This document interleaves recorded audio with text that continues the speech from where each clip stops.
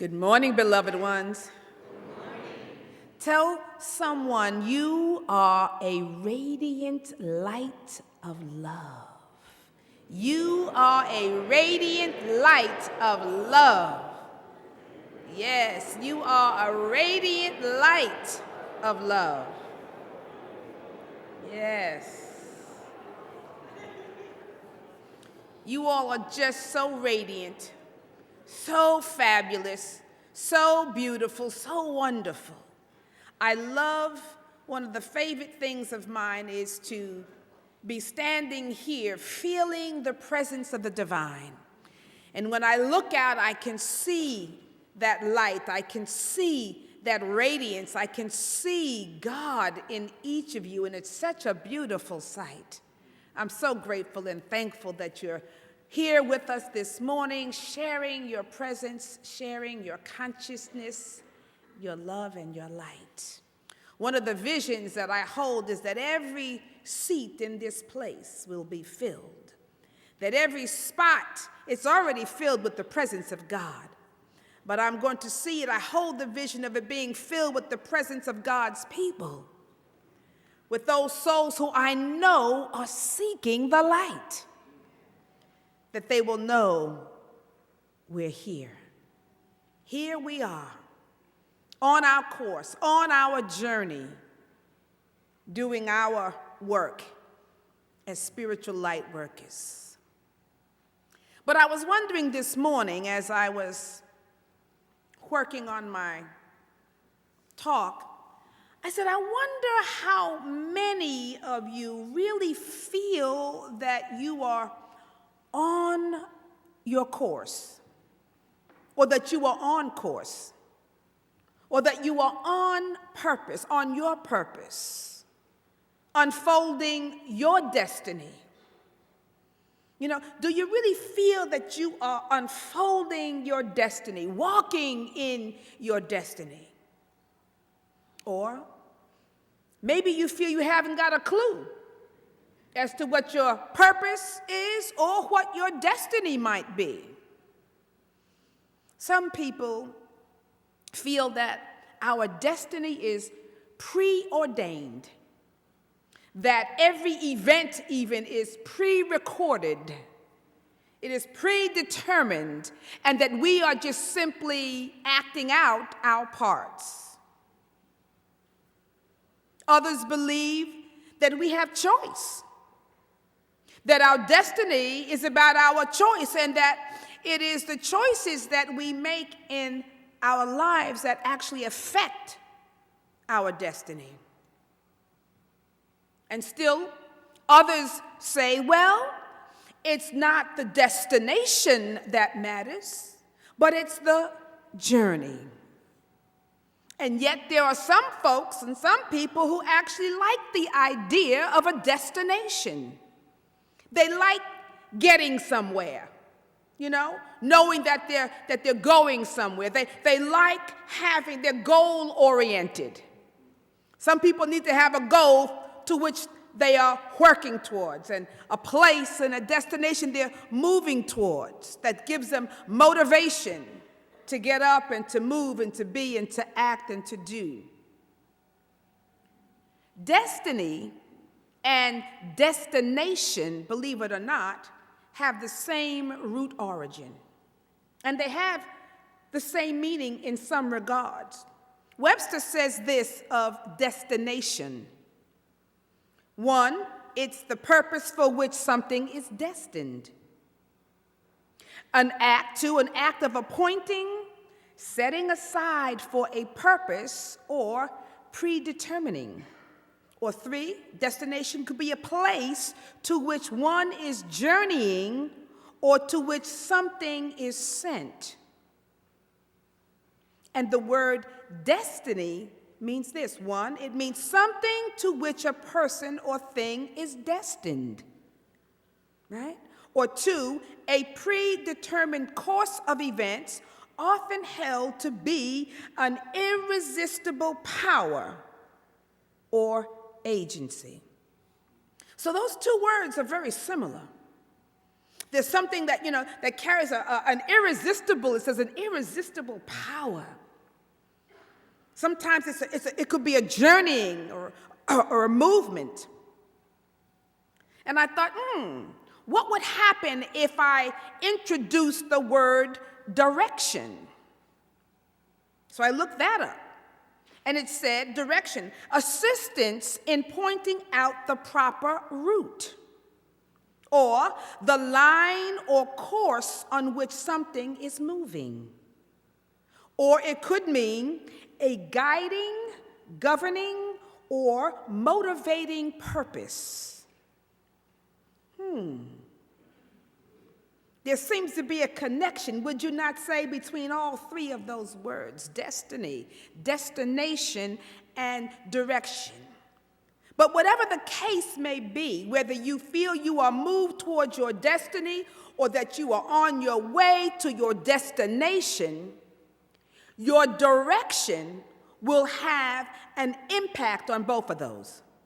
Your direction will. And so we need to know this, that sometimes you may have to change directions to get to where you're going. Sometimes you have to change your direction to get to where you are going. And here's what's even more powerful, the ability to know when that may be the case, right? To know when you need to change directions could be very crucial for you. Because sometimes we might stay a little too long at the party. Come on, you've been there where you should have gone home a long time ago. So you need to know when you need to change directions because it's crucial. The timing could be also important. So turn to somebody and ask them, do you need to change your course? Do you need to change your course?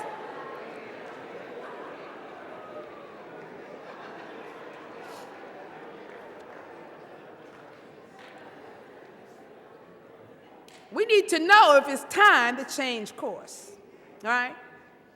And Eknath Eschwaren said this. He said, the desire to change the direction of your life is one of the surest signs of grace. And I like that because it means usually there's some kind of sign that tells you it's time to change your course. You need to change direction, right? So he says, for a while, you may not know the direction in which to go, but you will know without doubt that the direction you have been going in is wrong. Right? That to me, I don't know where I'm going, but I know that what I'm in right now is not working. This is, sometimes you have to, that's enough to know I need to do something, right? Different. I need to, because we've all had these moments in our lives and we've all felt like from time to time that we were going in the wrong direction. We needed to do something different or be about something different. We've all known that. And so when that happens, very often what people may do is people may then change jobs. They may change careers. They might change relationships. They might change locations. Maybe if I move, right? And sometimes we're doing all that, changing your job, changing your career, changing your relationship, right? Moving from place to changing something. With all of that, sometimes things still may stay the same. Even with all that. I wonder why.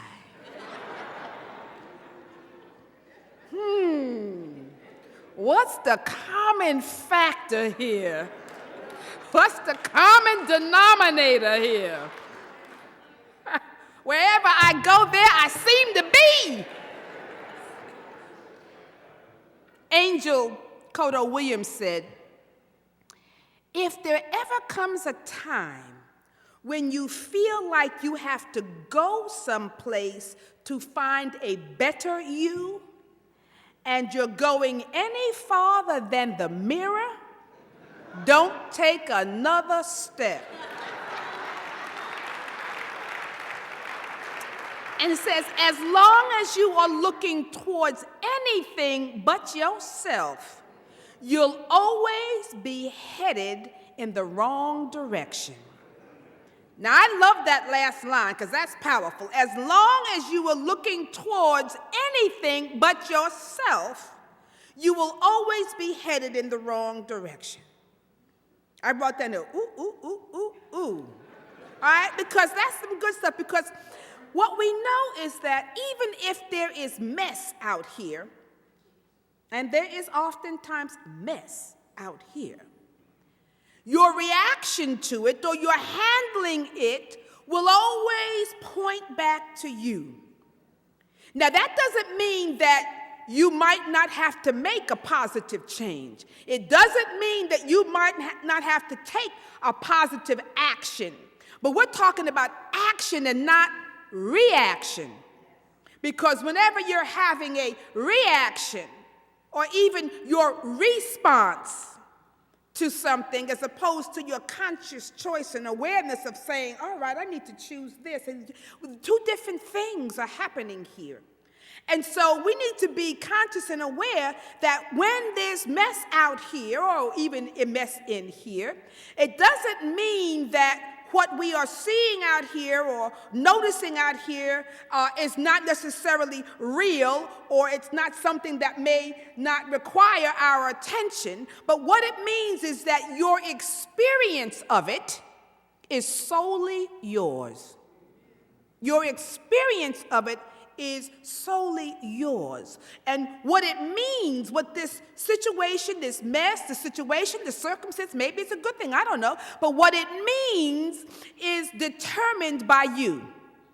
See, what it means is determined by you, and what it means is colored by your perceptions and interpretations of it.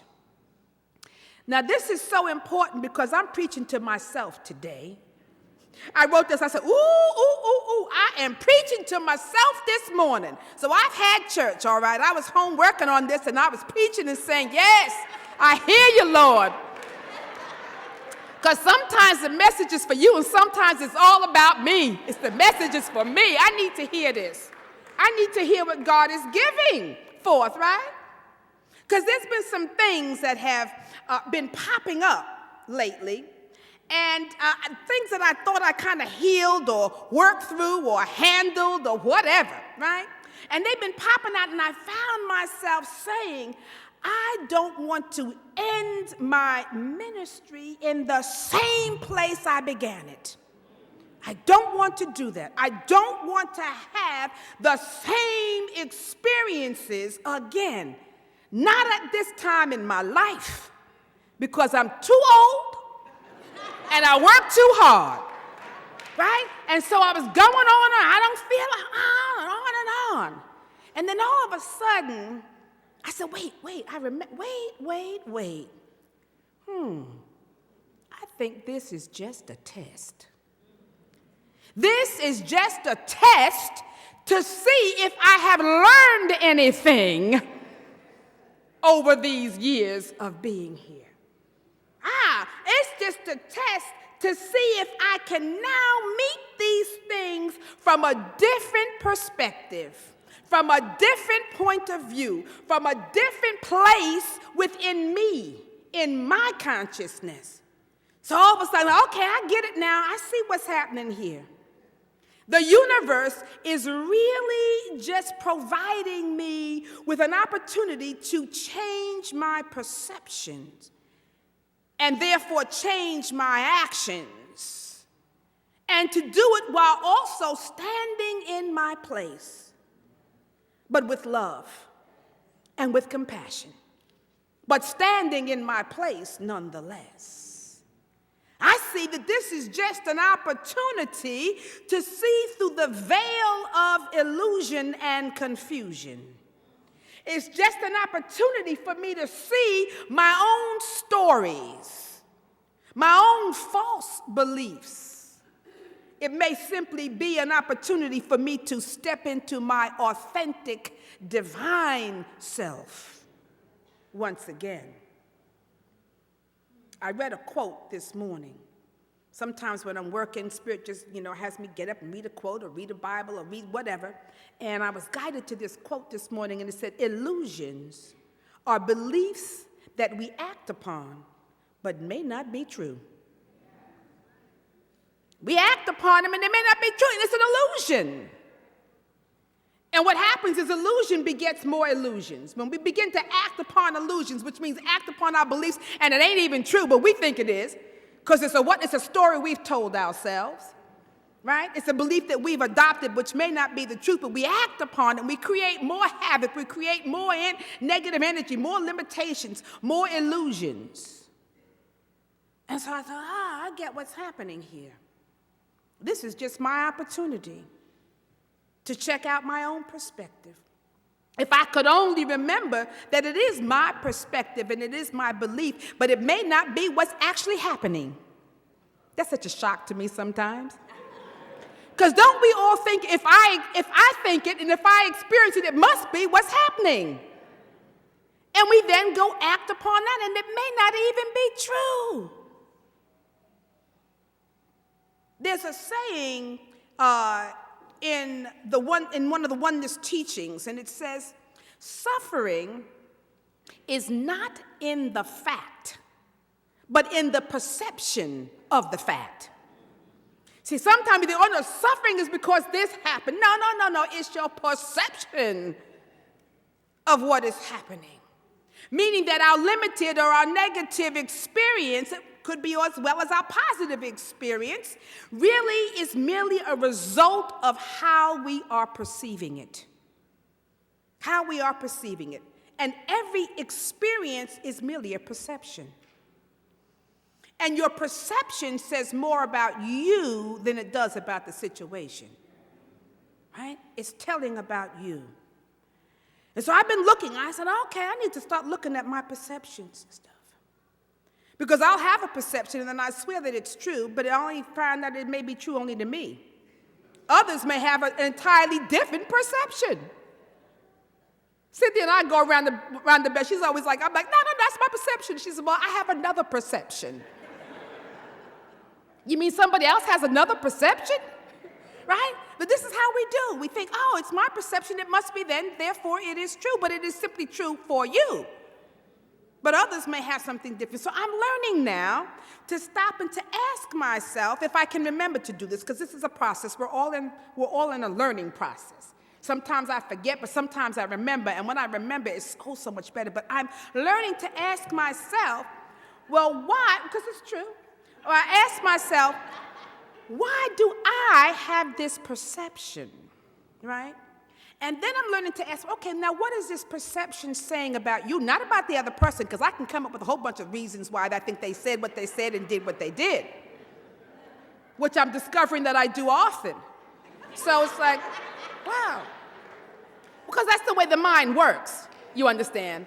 I'm not telling you all, I'm not just telling on myself, I'm telling you about yourself too. So don't, I know how this works. So I've been asking myself, well, what is this perception saying about me, and why do I have it? I'm trying to pause to remember that it is just a perception, Sylvia. It is just a perception, and not necessarily, it may not be the truth. And yet, my perceptions, my choices, my responses, my actions that I make are affecting me.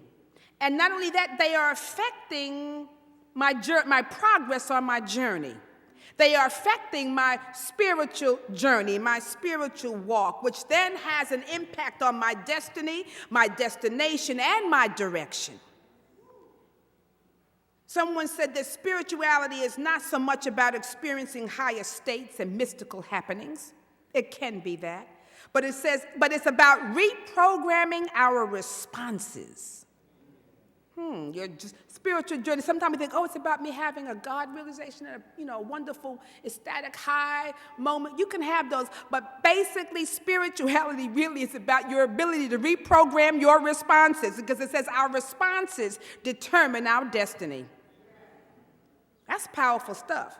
If you get that, if you really get that, that's some deep stuff, because often we think that our destiny is made for us, right? It's predetermined by something outside of ourselves. But in reality, we are the ones that are affecting it every moment, by every choice we make, by what we choose to focus on, by what we're thinking, what we're feeling, how we're receiving, what we're acting. That is all creating the destiny.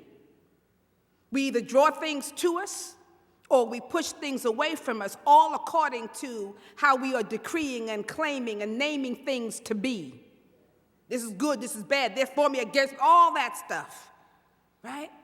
We're either moving towards our good or we're pushing it away. We're either creating peace or we're creating conflict in our interactions, all by our interpretations and our perceptions. If you don't like where you are heading, you just might have to change your direction.